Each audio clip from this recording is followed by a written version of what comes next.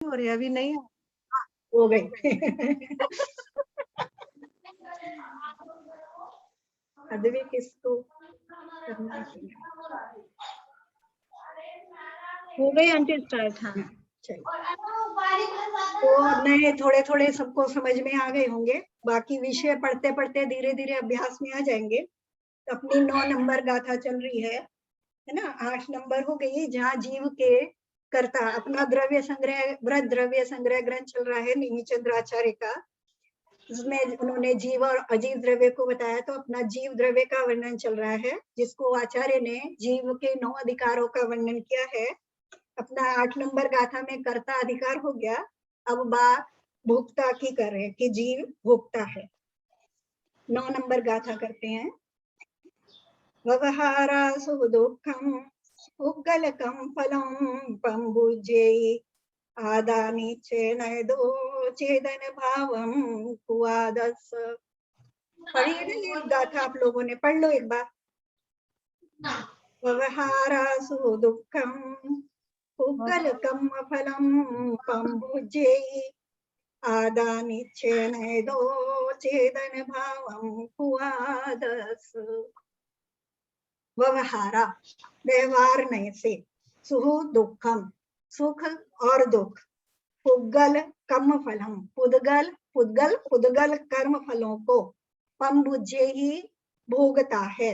आदा मने आत्मा है ना, आत्मा व्यवहार नहीं से पुद्गल कर्म फल रूप सुख दुख को, जो पुद्गल कर्म के फल के निमित्त रूप होते हैं, उनके फल रूप में जो सुख दुख होते हैं उनका भोगता है व्यवहार नहीं से, है ना। और निश्चय नहीं दो, और निश्चय नहीं से तो चेतन भावम, चेतन भावों का, खूब ने स्पष्ट रूप से आदर्श आत्मा के चेतन भावों का भोगता है। निश्चय नहीं दो, निश्चय नहीं से आदर्श आत्मा के चेतन भावों का ही भोगता है। खूब मतलब खलु शब्द होता है संस्कृत में, जिसका मतलब भी निश्चय होता है ना। एक तो जहाँ निश्चय नहीं दो कह रहे हैं, वह निश्चय नहीं से है ना, और एक हम कह रहे हैं निश्चय से ऐसा ही है, यानी वास्तव में, है ना। यह स्पष्ट रूप से आत्मा के चेतन भावों का ही भोगता है। तो ये हमारा शब्दार्थ हो गया। अब व्याख्या में चलते हैं इसके, है ना। व्यवहारा सुदुखम पुगल कम फलम पम्बुजेदि, व्यवहार नहीं की अपेक्षा से सुख तथा दुख रूप उद्गल कर्म फलों को भोगता है। वह कर्म फलों का भोक्ता कौन है कि आदा अर्थात आत्मा। और निश्चय नय दो चेदन भावम को आदस, और निश्चय नय से तो स्फुट रीति से चेतन भाव का ही भोक्ता आत्मा है।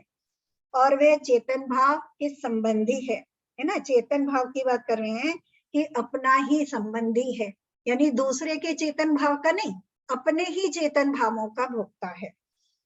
वह ऐसे कि निज शुद्ध आत्मा के ज्ञान से उत्पन्न जो पारमार्थिक सुख रूप अमृत है, उसके भोजन को नहीं प्राप्त होता हुआ जो आत्मा है, वह उपचरित असद्भूत व्यवहार नहीं से इष्ट तथा अनिष्ट पांचों इंद्रियों के विषयों से उत्पन्न सुख तथा दुख को भोगता है। और ऐसे ही अनुच्चरित असद्भूत व्यवहार से अंतरंग में सुख तथा दुख को उत्पन्न करने वाला जो द्रव्य कर्म रूप साता असाता उदय है, उसको भोगता है ना। देखो वहां आचार्य ने गाथा में बस दो नयों की बात करी, एक व्यवहार नय की और एक निश्चय नय की, है ना। व्यवहार नय से आत्मा उद्गल कर्म फलों का भोगता है, और निश्चय नय से चेतन भावों का भोगता है ना।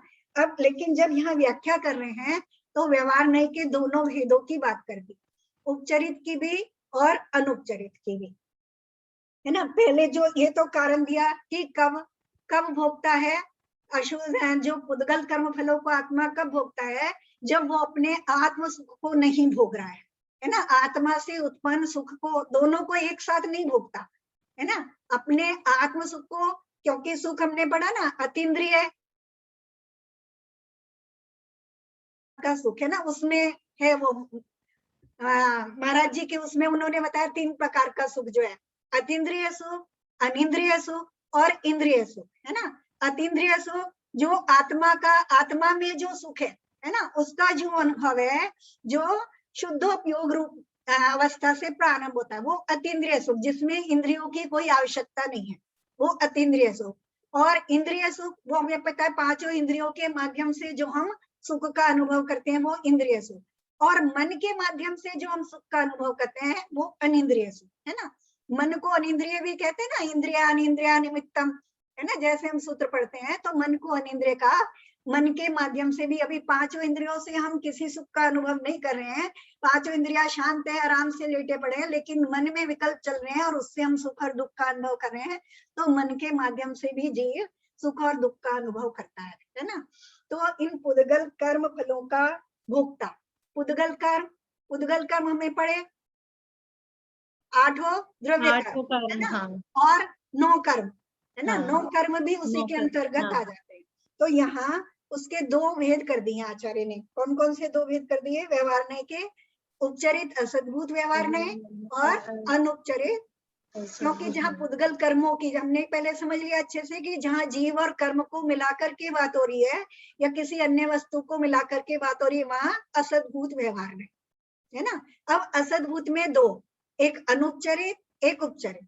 उपचरित यानी जिनका हमसे कोई संबंध है ना, जिन विषयों का हमसे संबंध है, यानी चाहे तो वो घर है, मकान है, पैसा है, कपड़े हैं, यानी कोई भी बाह्य परिग्रह, चेतन है चाहे अचेतन, उनका जिससे हमारा कोई संबंध है, उनके माध्यम से, यानी वो जहां निमित्त रूप हो रहे हैं, उन वस्तुओं के माध्यम से जीव सुख और दुख का भोगता है, तो वो भी उसे अपने कर्म के उदय से मिला है।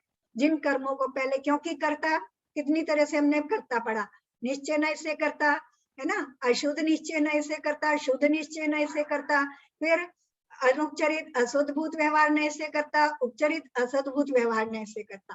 तो जो जिस जीव जिस चीज का करता है, उसी का भोगता है, क्योंकि कर्ता कोई अन्य नहीं है, कर्ता हम स्वयं हैं। जिस माध्यम से हम कर्म कर रहे हैं, उसी माध्यम से उनका उदय बंद हो रहा है, और उसी माध्यम से वो उदय में भी आने वाला है ना। तो उसी प्रकार से, और जो उदय में आएगा उसका जीव उसी प्रकार से भोगता है ना। तो उपचरित क्या कह रहे हैं? उपचरित असद्भूत व्यवहार से इष्ट तथा अनिष्ट पांचों इंद्रियों के विषयों से उत्पन्न सुख तथा दुख को भोगता है। पांचों इंद्रियों के विषयों से, पांचों इंद्रियों के विषय यानी पांचों इंद्रियों से संबंधित बाहर के जितने भी विषय हैं, उनमें जब जीव सुख और दुख का अनुभव करके उनका भोगता होता है, यानी वो उनको निमित्त बना करके उनके साथ जुड़ता है और उनको सुख और दुख रूप मानता है, तो वहां वो उसका भोगता है। ठीक है।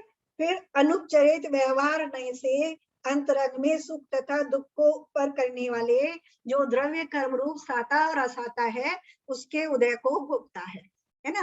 बाहर में निमित्त कैसे भी हो, सुख रूप भी हो सकते हैं, दुख रूप भी हो सकते हैं, लेकिन अंदर में साता और असाता के उदय से वो उनको उस रूप अनुभव करता है।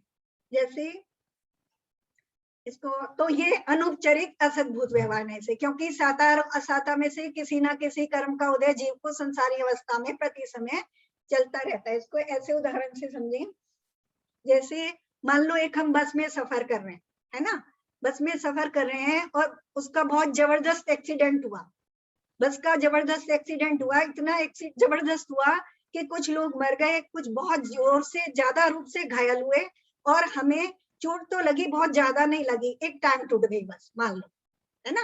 अब ये देखो, अब इसमें 2 चीज देखो कि जहां टांग टूट गई तो वहां बाहर में असाता का उदय चल रहा है ना, दुख रहे ना, भाई टांग टूटी है, दुख तो है, लेकिन मन में क्या चल रहा है, अंदर क्या चल रहा है, अरे हम तो ठीक हो फिर जाएंगे, 2 हाँ महीने में ठीक हो जाएंगे, देखो लोग हाँ इतने मर गए और इतनी हाँ बुरी तरह घायल हो गए।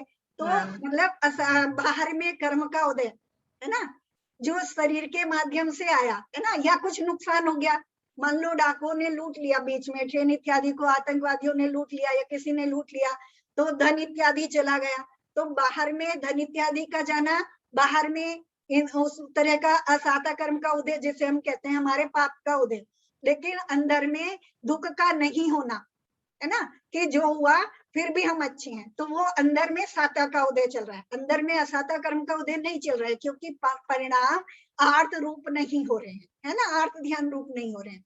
तो ऐसे थोड़ा थोड़ा समझ सकते हैं, ठीक है। दो तरह से समझ में आ गया ना, एक बाहर में इंद्रियों के विषय होना या नहीं होना, है ना, मान लो भूख लगी है, अंदर में असाता कर्म के उदय से भूख लगी है, और बाहर में भी भोजन उपलब्ध नहीं है, तो बाहर में भी असाता का उदय, अंदर में भी असाता का उदय, है ना, ऐसे समझेंगे। ये हो गया दोनों, है ना, एक बाहर की वस्तु के फल को भोगता है, यानी उपचरित असद्भूत व्यवहार नहीं से जिस चीज का करता है उसका भोगता है, और अनुचरित असद्भूत व्यवहार नहीं से भी जो अंदर में साता और असाता कर्म का उदय चल रहा है उसका भी भोगता है। ऐसे ये साता असाता से मुख्य रूप से समझ में आता है, वैसे ये सब कर्मों में लागू होता है ना। जैसे मान लो ज्ञान की बात करें कि अंदर में मान लो ज्ञान का क्षम कम है, तो अंदर में क्या चल रहा है, मतलब कर्म का उदय, है ना, ज्ञान का क्षम कम है, और मान लो बाहर में, और बाहर में ज्ञान के साधन बहुत उपलब्ध हैं, सब है, एक बहुत पैसे वाले का बच्चा है, बाहर उसे सब साधन उपलब्ध है लेकिन ज्ञान का क्षम नहीं है ना, तो बाहर कर्म का उदय शुभ रूप चल रहा है, अंदर में कर्म का उदय अशुभ रूप चल रहा है ना, तो बाहर में जो चल रहा है उपचरित से, अंदर में चल रहा है अनुपचरित से, और ऐसे ही बाहर में साधन उपलब्ध नहीं है, अंदर में क्षम बहुत है, तो इस तरह से सब कर्मों में लगा सकते हैं उसको। अब चल रहे हैं निश्चय नय से, और वही आत्मा अशुद्ध निश्चय नय से हर्ष तथा विषाद रूप सुख दुख को भोगता है, और शुद्ध निश्चय नय से तो परम आत्म स्वभाव का जो सम्यक श्रद्धा ज्ञान और आचरण उससे उत्पन्न अविनाशी आनंद रूप एक लक्षण का धारक जो सुखामृत है उसको भोगता है। ठीक है, अब निश्चय नय की भी दो बातें कर दी है ना। निश्चय नय से भी हमने कहा था कि एक राग द्वेष का करता है और एक अपने स्वभाव भावों का जो ज्ञान आदि गुण है उनके उनका करता है ना। तो उसी तरह से यहाँ कह रहे हैं कि अशुद्ध निश्चय नय से तो उसके निमित्त से जो अपने परिणाम आर्त रोध रूप हो रहे हैं, है ना, आर्त रूप आर्त ध्यान रूप जो अपने परिणाम हो रहे हैं उनका भुगता है, और शुद्ध निश्चय नय से अपने जो परम जो सम्यक दर्शन ज्ञान श्रद्धा इत्यादि जो भाव हैं उनका भोगता है। जैसे गजराज मुनि का उदाहरण लेते हैं, है ना, जैसे गजराज मुनि का उदाहरण अच्छे से हमें समझ में आता है कि बाहर में शरीर में क्या चल रहा है, अग्नि लगी है ना, सिर पे सिगड़ी जली है, असाता का उदय चल रहा है ना, अंदर में असाता कर्म का उदय भी चल रहा है, लेकिन राग द्वेष परिणाम नहीं चल रहे, है ना, अशुद्ध निश्चय नए रूप परिणाम नहीं चल रहे हैं, क्योंकि अगर अंदर में जो परिणाम होंगे वो दोनों में से एक ही प्रकार के होंगे, या तो राग द्वेष रूप होंगे या वीत राग रूप होंगे, क्योंकि दोनों अपोजिट चीजें हैं, है ना। अगर राग द्वेष रूप परिणाम होंगे तो नया बंद होगा। मान लो कोई आदमी जल रहा है और उसका प्रतिकार करने की उसमें सामर्थ्य नहीं है, लेकिन अंदर में परिणाम कर सकता है ना, बाहर में उसका शरीर जल रहा है, बाहर में असाता का उदय है, अंदर में भी असाता कर्म का उदय, वो दुख का वेदन कर रहा है, अंदर में असाता का उदय, और फिर उससे उसको आर्त रूप परिणाम हो रहे हैं, आर्त रौद्र रूप परिणाम हो रहे हैं, जिसके निमित्त से वो दुख उत्पन्न हुआ उसके प्रति भी परिणाम हो रहे हैं, और अपनी वेदना के प्रति भी, अपने शरीर के आकर्षण के प्रति भी परिणाम हो रहे हैं, तो वो अशुद्ध निश्चय नय से परिणाम हो रहे हैं। और अगर समता भाव है, अपने ज्ञानादि भाव में ही लगा है, ये मान रहा है कि ये जो कुछ हो रहा है वो शरीर में हो रहा है, करने वाला भी कोई नहीं है, मेरे कर्म का उदय है जो मैंने पूर्व में कर्म किए थे, और मेरा जो मैं इनसे बिल्कुल भिन्न हूँ, मैं तो आत्म स्वरूप हूँ, ज्ञान स्वरूप हूँ, चेतन स्वरूप हूँ, है ना, और सुख स्वरूप हूँ, अनंत शक्ति स्वरूप हूँ, ऐसा जो अपने आत्म स्वभाव को ही देख रहा और जान रहा है, उसी में जुड़ा है, वो परम शुद्ध निश्चय नहीं से उन भावों का करता है, भोगता, सॉरी करता नहीं भोगता है, यहाँ भोगता की बात चल रही है ना। और जो आगे के लिए बंद होता है तो वो उसी प्रकार का बंद होता है, अगर शुद्ध भावों का करता है तो बंद नहीं हो रहा है, और अशुद्ध भावों का करता है तो नया बंद हो रहा है, नया बंद हो रहा है तो वो फिर से उदय में आने वाला है, तो फिर से जीव उसको भोगता है। यहाँ पर जिस स्वभाव से उत्पन्न हुए सुखामृत के भोजन के अभाव से ही आत्मा इंद्रियों के सुखों को भोगता हुआ संसार में परिभ्रमण करता है ना। अभी हमने जाना कि अगर हम सुख का भोग कर रहे हैं तो भोग करने वाला एक है, मैं स्वयं हूं ना, तो चाहे तो मैं इंद्रियों सुख का भोग करूं, चाहे मैं अतीन्द्रिय सुख का, दोनों एक साथ नहीं हो सकते, क्योंकि दोनों अपोजिट सुख हैं। न दो में धो कर उसका चीजों का कर्ता भी मैं एक साथ नहीं हो सकता, क्योंकि किसी वस्तु का कर्ता में व्यवहार अपेक्षा से हूँ, केवल ऐसा निमित्त निमित्तिक संबंध बना हुआ है, लेकिन निश्चय नय से मैं अपने ही भावों का, जो मेरे अपने गुण हैं, अपनी पर्याय हैं, निश्चय नय से वास्तव में मैं उन्हीं का करता हूँ और उन्हीं का भोक्ता भी हूँ, है ना। तो यहाँ कह रहे हैं कि सुखामृत के भोजन के अभाव से, कौन से, अपने स्वभाव से उत्पन्न, मेरे स्वभाव में से जो उत्पन्न हो रहा है, ऐसे सुख रूपी अमृत के भोजन के अभाव से ही आत्मा इंद्रियों के सुखों को भोगता हुआ संसार में परिभ्रमण करता है। जैसे जैसे उनमें उसकी भोक्तापने की दृष्टि बनी रहती है, उनमें हम जुड़े रहते हैं, है ना। जितना जितना हम इंद्रियों के बाह्य विषयों से हम जुड़े रहते हैं, अगर जुड़ेंगे तो भोक्ता है ना, और अपने आत्म स्वभाव में जुड़ेंगे तो अपने आत्म स्वभाव के भोक्ता है, ठीक है। इंद्रियों, वही जो स्वभाव से उत्पन्न सुख इंद्रियों के अगोचर सुख है, सो सब प्रकार से ग्रहण करने योग्य है, ऐसा अभिप्राय है ना।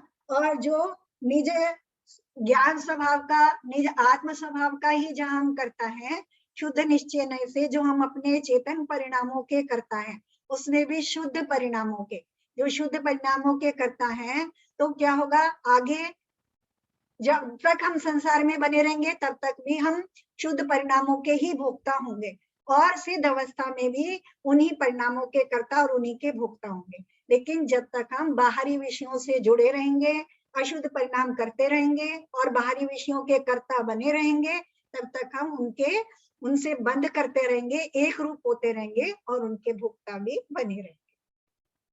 इस प्रकार कर्ता कर्म के फल को नहीं भोगता, यह जो बौद्ध का मत है, उसका खंडन करने के लिए जीव कर्म फल का भोगता है। इस व्याख्यान रूप जो सूत्र है सो समाप्त हुआ, है ना। जो बौद्ध मत है, क्योंकि वो मानता है कि आत्मा प्रति समय नया नया है, तो जिसने इस समय कर्म किया वो अगले पल नया है, वो कर्म का भोगता नहीं है। जो नया नया आत्मा है वो नया, दूसरा भोगने वाला दूसरा है और करने वाला दूसरा है। लेकिन अपना ऐसा नहीं है कि जिसने किया है, क्योंकि हम तो ये मान रहे हैं ना कि हम ही करता है और हम ही भोगता है, और उसकी सिद्धि आचार्य ने अच्छी तरह से सब नयों से कर दी। सब नए एक ही वस्तु में, नए एक वस्तु को बताता है ना। बता रहे थे ना उस दिन, एवकार है, यानी एक अपेक्षा से ही कथन करता है, वस्तु का पूरा कथन नहीं करता। और जो सब नए मिलकर के, जो सब नयों के माध्यम से जो कथन किया जा रहा है, वो एक ही वस्तु का कथन किया जा रहा है ना, उस चीज को बताना चाह रहे थे। जैसे नए तो समय को समझ में आ गए होंगे, जैसे हम कथन करते हैं, मान लो मैं जीव हूं, है ना, मैं जीव हूं, देखो सब अलग अलग वाक्य है। मैं जीव हूं, मैं ज्ञानी हूं, मैं रागी द्वेषी हूं, मुझ में ज्ञान है, मुझ में राग द्वेष है, मुझ में कषाय है ना। और मैं स्त्री हूं, मैं माँ हूं, है ना। सब पूरे के पूरे कथन किसके लिए है? मेरे लिए, है ना। सब मेरे लिए है, मैं एक ही वस्तु हूँ, सबके सब, लेकिन सब में अपेक्षाएं हैं, सब अलग अलग अपेक्षा से। मैं जीव हूँ परम शुद्ध निश्चय नय से, है ना। मैं ज्ञानी हूँ शुद्ध निश्चय नय से। मैं रागी द्वेषी हूँ अशुद्ध निश्चय नय से, है ना। मुझ में ज्ञान है सद्भूत व्यवहार नय से, शुद्ध सद्भूत व्यवहार नय से। मुझ में कसाय है या मुझ में राग द्वेष है, अशुद्ध सद्भूत व्यवहार नय से, है ना। मैं स्त्री हूँ अनुपचरित असद्भूत व्यवहार नय से, ठीक है। और मैं माँ हूँ उपचरित असद्भूत व्यवहार, है ना। पूरे के पूरे, यानी और एक नए एक ही पक्ष को बता रहा है ना। जब ये देखेंगे मैं माँ हूं, तो यानी उपचरित पर की अपेक्षा से, है ना। संतान की अपेक्षा से मैं माँ हूँ, तो एक ही वस्तु के एक ही स्वरूप को बता रहा है। तो एक नए वस्तु के एक स्वरूप को बताता है, और जो प्रमाण है, जो वस्तु है वो अनेक रूप है ना। तो अगर केवल हम एक नए से वस्तु को स्वीकार करेंगे तो वो हमारा एकांत होगा, लेकिन जिस अपेक्षा से जैसी है वैसा ही स्वीकार करेंगे। यानी ऐसा नहीं मान लेंगे कि जैसे जीव को हमने ये माना कि मैं घटपट इत्यादि का करता हूं, तो मैं निश्चय नहीं से उसका करता नहीं, है ना। घटपट इत्यादि का जो उपचरित असद्भूत व्यवहार नहीं से उसका करता हूँ, और जब तक मैं उसका करता हूँ तब तक मैं उसकी क्रिया रूप से बंद, जो मेरी क्रिया हो रही है मेरे योगों के माध्यम से, जो भी मेरा या मेरे अशुद्ध भावों के माध्यम से जितना बंद हो रहा है उसका फिर मैं भोगता भी। ठीक है, अब बहुत ज्यादा नहीं चाहते, आगे चलते हैं, है ना। एक गाथा और पढ़ लें अगली गाथा में। अब यद्यपि आत्मा निश्चय नय से लोक प्रमाण असंख्यात प्रदेशों का धारक है, तथापि व्यवहार से देह प्रमाण है, यह कथन करती है। 10 नंबर की गाथा पे आ जाते हैं, है ना। वाचन करते हैं साथ में। अणु गुरु देह प्रमाणो, आप लोग भी वाचन कर लें साथ में। अणु गुरु देह प्रमाणो, अणु गुरु देह प्रमाणो, ओ संवहार पसदो, संहारो असपदो। सत्पदो, कठिन शब्द है, अलग तरह के है ना। चेदा, उपसंहार, उपसंहार पसपदो। ये आधा पे पहले के साथ ले लेंगे, फिर पसपदो, पसपदो, आधा प और फिर पदो, है ना। पसपदो चेदा। अनु गुरु देह प्रमाणो, अणु गुरु देह प्रमाणो, उपसंहार संहार पसपदो चेदा। सत्पदो चेदा, असमुदो व्यवहारा, असमुदो व्यवहारा, निश्चय नय दो, निश्चय निधो, असंख्य देशो वा। असंख्य देशो वा। हाँ, एक ही शब्द बस कठिन है ना। अनुगुरु दे प्रमाणो, अणु गुरु देह प्रमाणो, ओ संवार पसपदो चेदा। संहार पसपदो चेदा, असमुहदो व्यवहारा, असमुदो व्यवहारा, निश्चय नय दो असंख्य देशो वा। निश्चय निधो, असंख्य देशो वा। हाँ, थोड़ा अच्छे से पढ़ते नहीं बन रहा, मुझसे भी नहीं बन रहा। अनुगुरु देह प्रमाणो, अणु गुरु देह प्रमाणो, ओ संवार पसपदो चेदा। संहार पसपदो चेदा, असमुदो व्यवहार, असमुदो व्यवहारा, निश्चय नय दो असंख्य देशो वा। निश्चय निधो, असंख्य देशो वा। शब्दार्थ करते हैं। अनु गुरु, अनु मने छोटा, गुरु मने बड़ा। देह प्रमाणो, देह प्रमाण है ना, शरीर के प्रमाण। उपसंहार पसपदो, उपसंहार उपसंहार, उपसंहार मतलब उपसंहार। उपसंहार करते हैं ना, जब विषय को कह करके उसका उपसंहार करते हैं, यानी संकोच करना। उपसंहार का क्या मतलब होता है, उसको शॉर्ट कर देना। तो यहाँ उपसंहार मतलब संकोच करना। और पसपदो मने प्रसर्पतः, प्रसर्पतः यानी फैलना, यानी विस्तार करना। उपसंहार यानी संकोच करना, और पसपदो यानी उसका फैलना, विस्तार करना। चेदा मने चेतन, है ना। असमुदो, असमुदघात, समुदघात के बिना। असमुहदो, समूहदो मने समुदघात, असमुहदो मने समुदघात रहित अवस्था।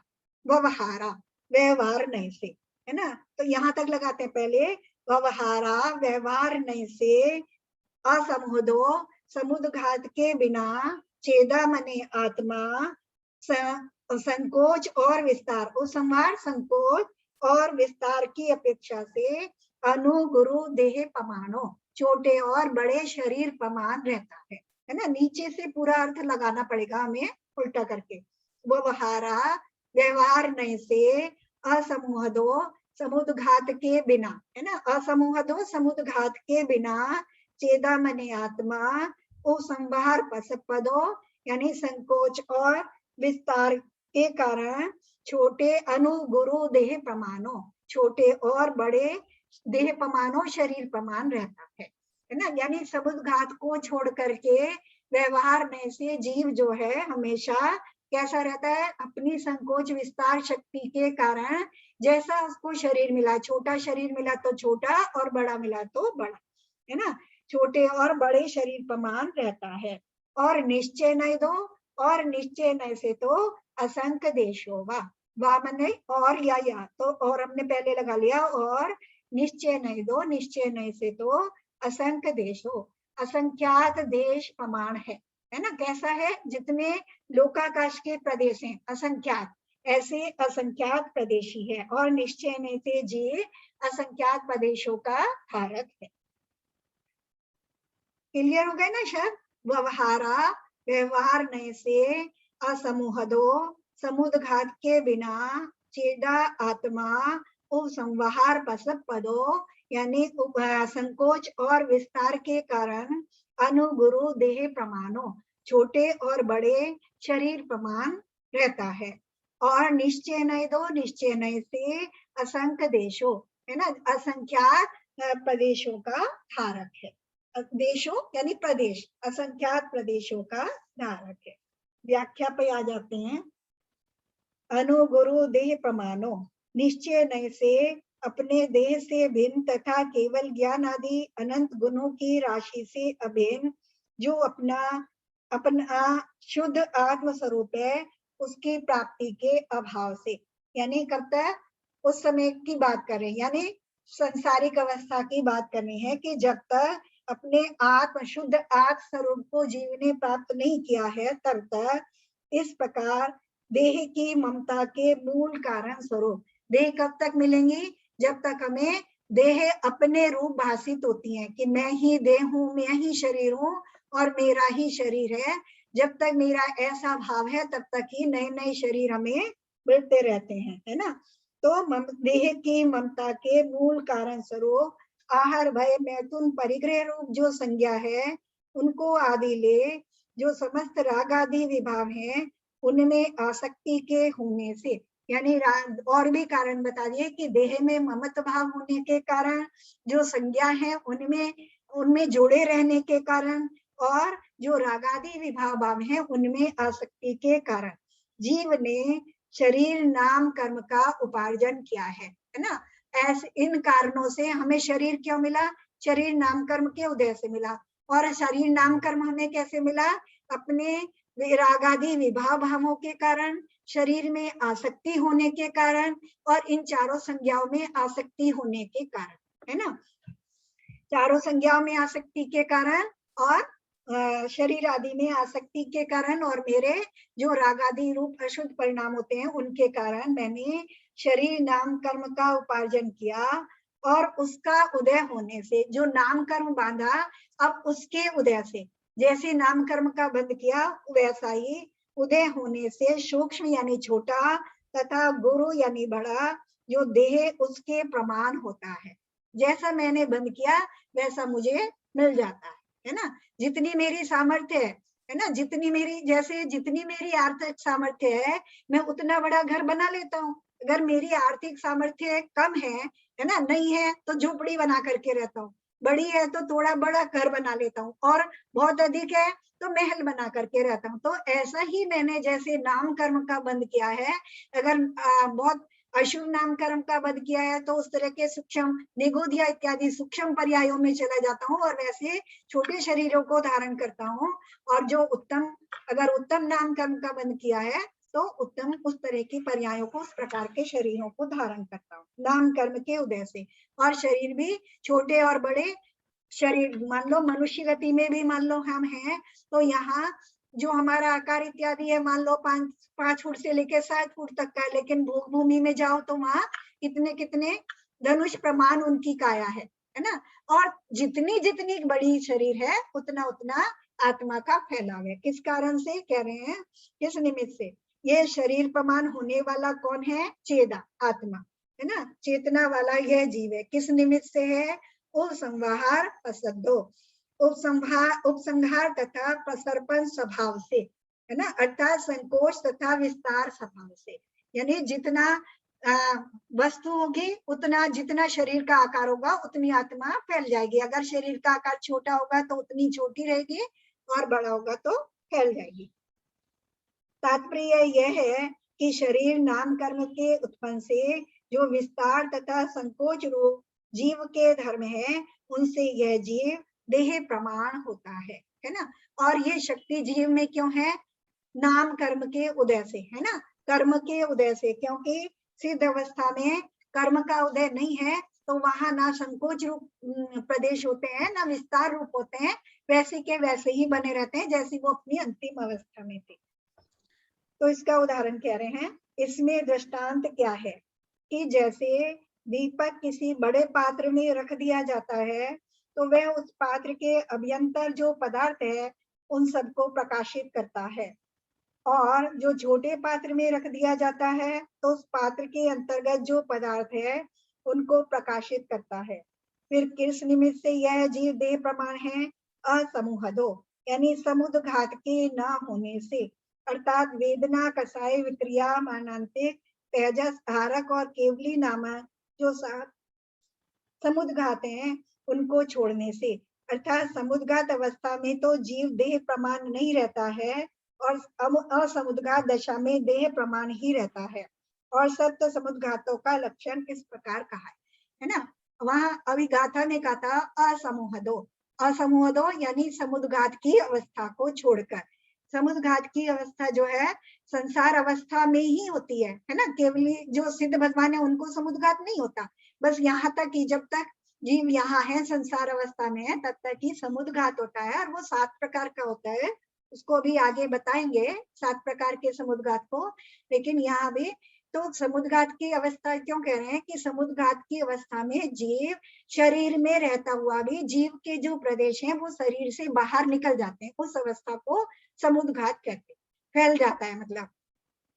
अब उसका उदाहरण दिया तो संकोच और विस्तार का उदाहरण दिया दीपक के प्रकाश के माध्यम से, है ना। उसमें हम दीपक को नहीं लेंगे, दीपक के प्रकाश को लेंगे, है ना। मान लो एक घड़े में दीपक रखा है तो उसका प्रकाश घड़े में फैल जाता है, छोटे बर्तन में रखा तो छोटे बर्तन में, और कमरे में रखा तो पूरे कमरे में फैल जाता है। तो ऐसी प्रकाश की तरह समझेंगे, दीपक की तरह नहीं समझेंगे, क्योंकि कुछ ऐसे भी वो हैं मत है जो ऐसा ही मानते हैं कि मतलब कोई अणु के बराबर आत्मा को मानते हैं, कोई अंगूठा प्रमाण आत्मा को मानते हैं, है ना। तो इस तरह से नहीं मानेंगे, ऐसे मानेंगे कि जैसे प्रकाश जितनी जगह है उतनी जगह में, जितनी जगह में प्रकाश बंद है उतनी जगह में फैला है ना। तो इसी तरह आत्मा जिस शरीर में स्थित है उसमें फैली है, उस प्रकाश के समान है ना, ऐसे फैली है। तो ऐसे हम आत्मा को समझ रहे हैं, क्योंकि हम देख तो सकते नहीं है, आत्मा हमें दिखती नहीं है क्योंकि इंद्रिय गोचर नहीं है, अमूर्त द्रव्य है, अमूर्तिक है, हम पहले पढ़ा है। तो वो इंद्रिय जो अमूर्तिक पदार्थ हैं वो इंद्रियों के गोचर नहीं है, तो हम उनको इस माध्यम से हमें आचार्य समझा रहे हैं कि हम उस आत्मा का हमें ध्यान करना है, तो हम उसका कैसा चिंतन करेंगे, उसको कैसे देखेंगे। शास्त्र के माध्यम से हम आत्मा को देख रहे हैं कि कैसा है, शरीर प्रमाण है। लेकिन शरीर प्रमाण होते हुए भी समुद्घात की अवस्था में उनका प्रकाश, उसका जो आत्मा के प्रदेश है वो बाहर फैल जाते हैं। कैसे? मान लो जैसे एक बंद कमरा है, तो बंद कमरे में कहाँ फैले हैं? बंद कमरे में ही फैले हैं उसका प्रकाश दीपक का। अगर कोई खिड़की खुली है तो उसके बाहर भी प्रकाश जा रहा है ना, जहां तक उसको जाना है, उसकी सामर्थ्य है वहां तक जा रहा है। तो उसी तरह से आत्मा के प्रदेश शरीर में रहते हुए भी बाहर उन अवस्था में, ये 7 अवस्था समुद्घात की आचार्य बता रहे हैं, तो वहां जीव के प्रदेश वहां तक फैलते हैं। ठीक है, इतना समझ में आ गया।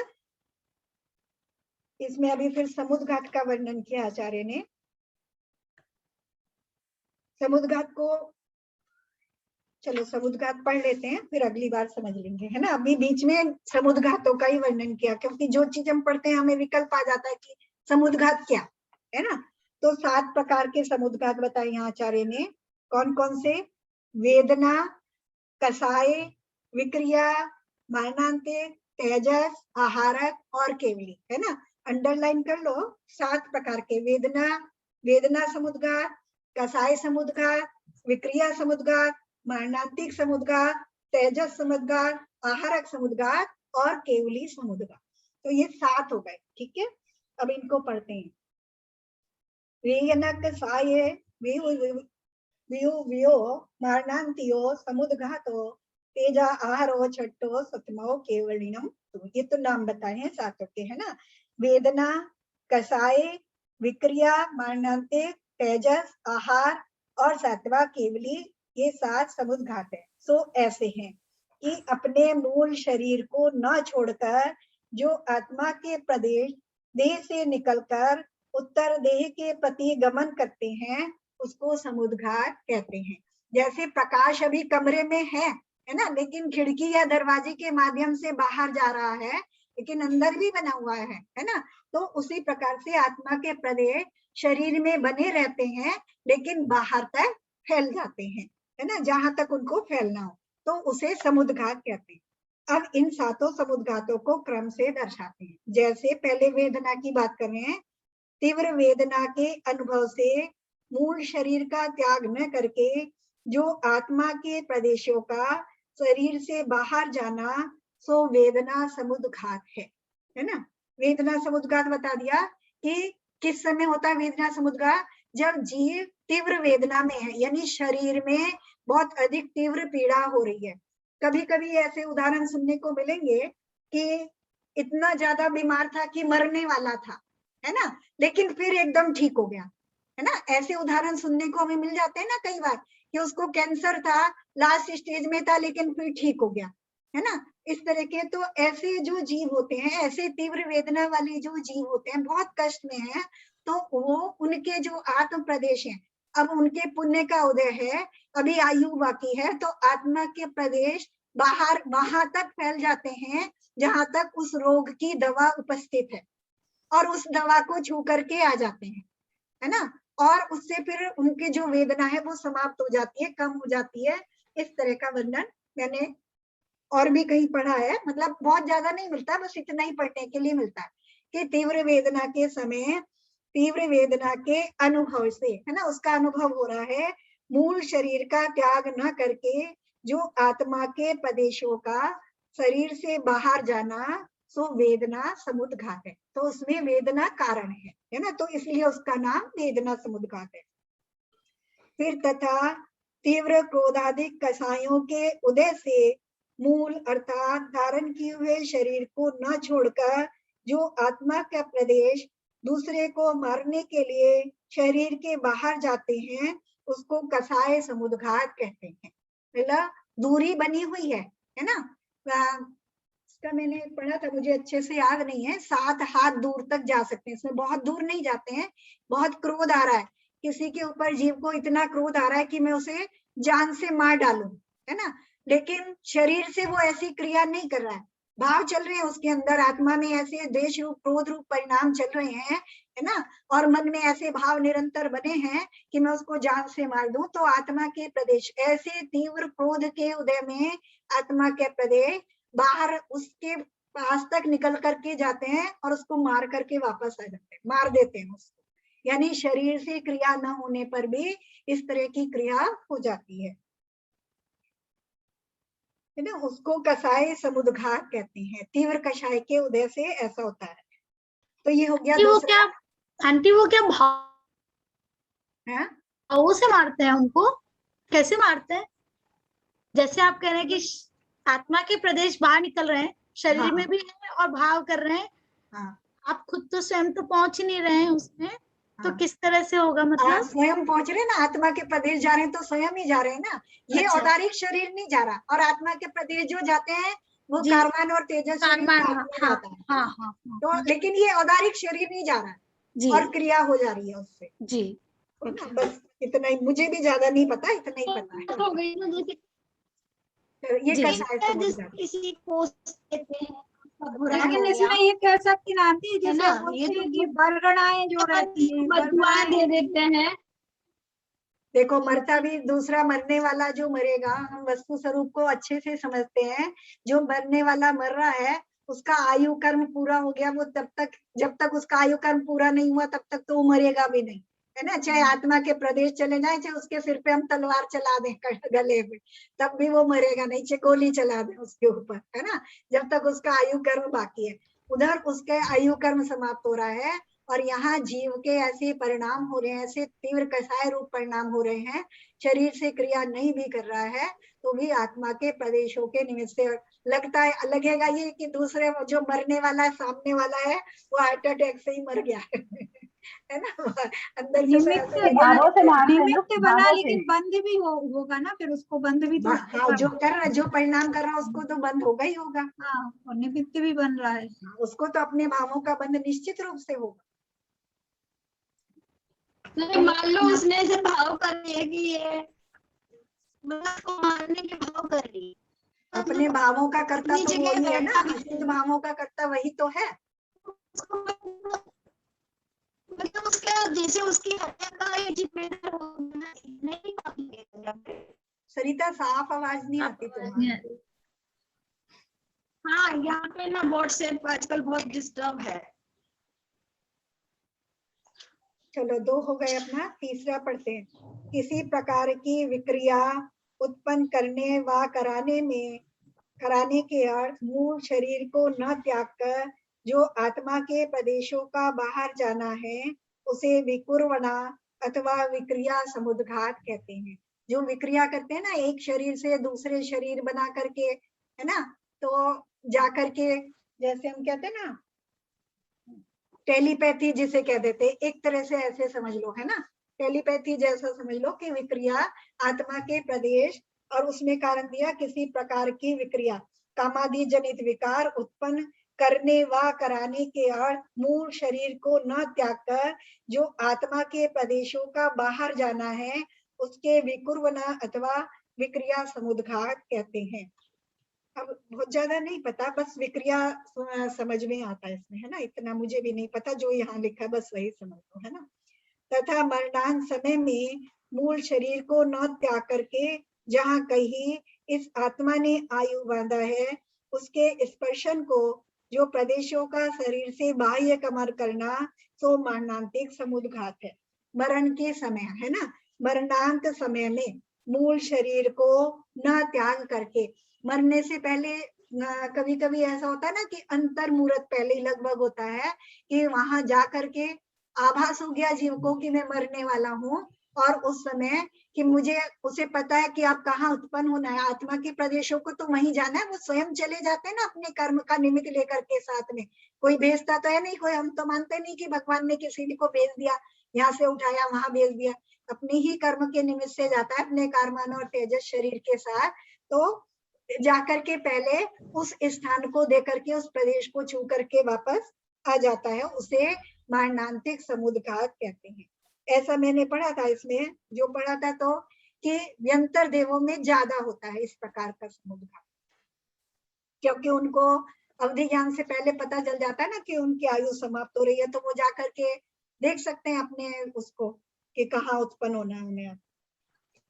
अपने मन को अनिष्ट उत्पन्न करने वाले किसी कारण को देखकर उत्पन्न हुआ है क्रोध जिसके, ऐसा जो संयम का निधान महामुनि उसके वाम कंधे से सिंदूर के ढेरी किसी कांति वाला 12 योजन लंबा सूची अंगुल के संख्य भाग प्रमाण मूल विस्तार और 9 योजन के अग्र विस्तार को धारण करने वाला काहल यानी बिलाव के आकार का धारण पुरुष निकल करके वाम प्रदक्षिणा देकर मुनि के हृदय में स्थित जो विरुद्ध पदार्थ है उसको भस्म करके उसी मुनि के साथ आप भी भस्म हो जाए। जैसे दीपायन मुनि के शरीर से पुतला निकल के द्वारिका को भस्म कर उसी ने दीपायन मुनि को भस्म किया, यह पुतला आप भी भस्म हो गया, उसी की तरह जो हो सो अशुभ तेजस समुद्घात है ना। ये तो सबको अच्छे से पता है। तेजस समुद्घात जो मुनि के, जो भावलिंगी मुनि है उन्हीं को जब इस तरह के विशेष निमित्त मिलते हैं, उनके परिणाम इतने ज्यादा संश्लेषित हो जाते हैं, तब उनके बाएं कंधे से मनुष्य वो बिलाव के आकार का और सिंदूरी रंग का है ना, और उसका प्रमाण भी दिया है 12 योजन 9 योजन और उंगली प्रमाण, ऐसा जो आकार का जो बिलाव जैसा पुतला निकलता है, और वो पूरा जिससे उन्हें जिसके प्रति उनके भाव खराब हुए हैं उसको नष्ट करके और आकर के उनको नष्ट करता है और अपने आप भी नष्ट हो जाता है ना। तो ये तेजस समुद्घात है, ठीक है। दीपायन मुनि का उदाहरण इसमें सबको पता है।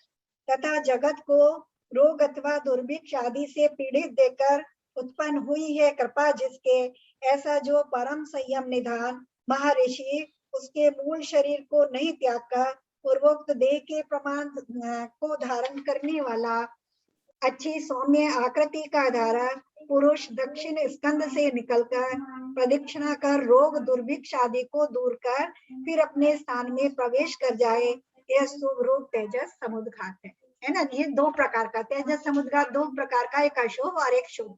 जो बाएं कंधे से निकलता है वो और उसका केसरिया रंग सिंदूरी रंग का यानी लाल रंग का और बिलाव की आकार का, और जो दाएं कंधे से निकलता है वो उनके दया परिणामों के कारण है ना, महासंक्लेश यानी क्रोधादि परिणामों के कारण निकलता है, और ये विशेष दया इत्यादि के परिणाम जो दुर्भिक्ष इत्यादि को देख करके या रोगमरी इत्यादि को, और फिर वहां पूरा चक्कर लगा करके उस क्षेत्र को सही करके, ये मनुष्य के आकार का होता है और श्वेत वर्ण का होता है, ठीक है, और दक्षिण कंधे से निकलता है और फिर वापस आकर के वहीं से फिर वहीं समा जाता है, मनुष्य के शरीर में ही समा जाता है।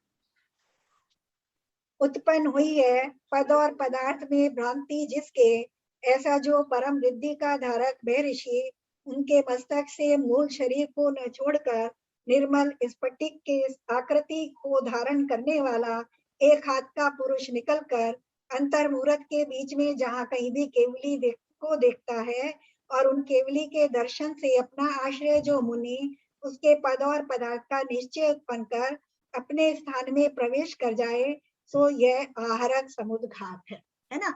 आहरक शरीर है ना, आहरक रिद्धि भी हम पढ़ते हैं कि आहरक रिद्धि जो मुनियों के मस्तिष्क से निकलता है, ये एक हाथ का होता है, उनके आकार के एक हाथ प्रमाण होता है, और जहाँ केवली भगवान है उनके दर्शन करके या उनको कोई शंका है उसका समाधान करके वापस आ जाता है, ठीक है।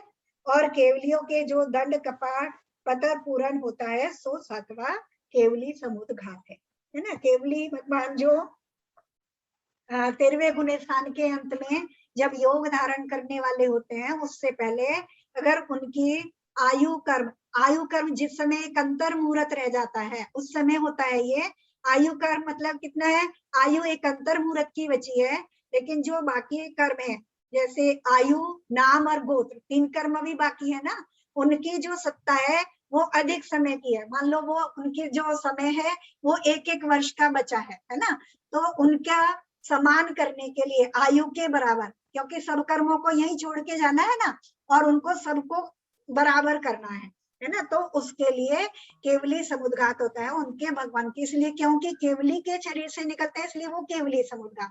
तो उनके प्रदेश जो है पहले दंड रूप में, फिर कपाट रूप में, दंड यानी जहां वो बैठे उनके शरीर प्रमाण ही पहले ऊपर और नीचे एक डंडा जैसे बन जाते हैं, फिर कपाट यानी फिर चौड़ाई में फैलते हैं तो दरवाजे जैसे हो जाते हैं, और फिर पतर यानी 3 वायु को उनको वायु के जो हमारे रस्ते हैं उनको छोड़ करके पूरे संसार में फैल जाते हैं वो पतर, और फिर वायु के प्रदेशों में भी फैल जाते हैं तो वो लोक पूरण, फिर वैसे ही वापस लौटते हैं, फिर पतर फिर कपाट फिर दंड और फिर शरीर में प्रमाण हो जाते हैं। तो उस समय फिर उनके चारों कर्मों की जो स्थिति है वो एक अंतर मुहूर्त हो जाती है इस माध्यम से। तो सब केवली नहीं करते हैं, किन्हीं केवलियों को होता है, जिनको केवल ज्ञान हुए 6 माह का लगभग समय रहता है, 6 माह से भी कम का समय रहता है, वो ज्यादातर 6 माह से भी मतलब आयु पूरी होने के 6 माह पहले जिनको केवल ज्ञान हुआ है उनको ज्यादातर समुद्घात होता है, और बाकी और सब केवलियों को नहीं होता है ना। तो ये हमारे 7 समुद्घात होते हैं। अब ये अपना अगली क्लास में आधी गाथा हो गई व्यवहार नय से, है ना। असमुद घात के बिना व्यवहार नय से जीव कैसा है, संकोच और विस्तार की शक्ति के कारण लघु और मतलब छोटा और बड़ा अपने शरीर प्रमाण होता है। ठीक है, ये हमने ये तो समझ में आ रहा होगा, है ना। ये सब तो सरल है, तो सबको अच्छे से समझ में आ गया। आंटी ये भी जो है वो पंचम काल में नहीं होता होगा ना, ये जैसे ये अपन ने समुद्रघात पढ़ा है जो। हाँ, केवली समुद्रघात तो नहीं होगा, है ना।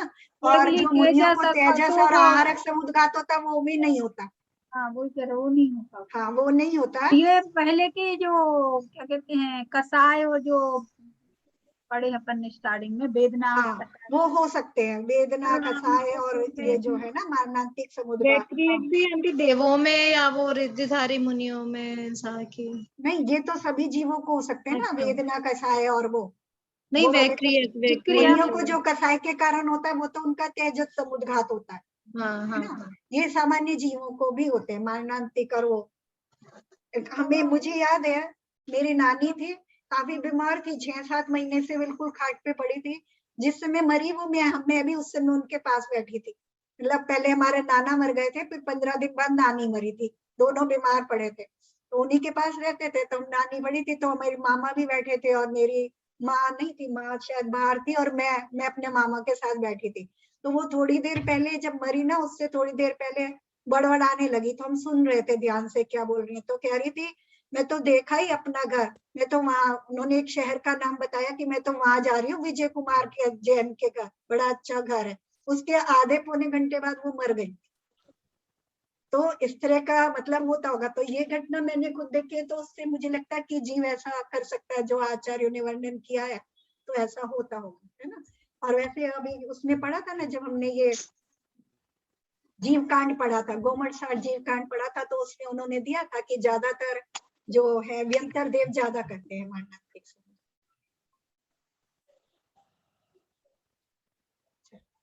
जिन्वानी स्तुति